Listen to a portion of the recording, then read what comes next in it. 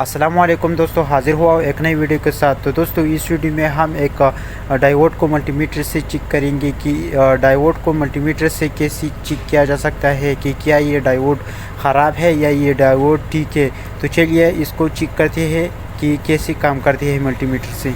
सबसे पहले तो आपको मल्टीमीटर के जो बटन है उसको आपने एक्सटेंड पर रखनी है, ओम पर ही रखनी है।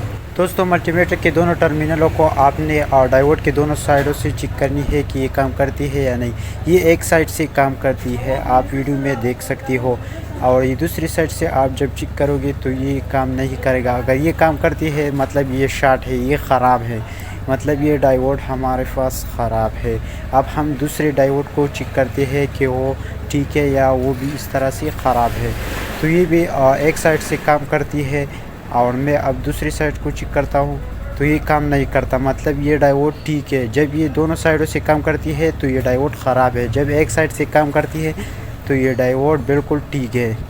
दोस्तों उम्मीद करता हूँ कि आपको समझ आई होगी। अगर समझ नहीं आई तो मुझे कमेंट सेक्शन में ज़रूर बता सकते हो, मैं आपके हर कमेंट्स का रिप्लाई दूंगा, हर तरफ से आपकी मदद करूंगा।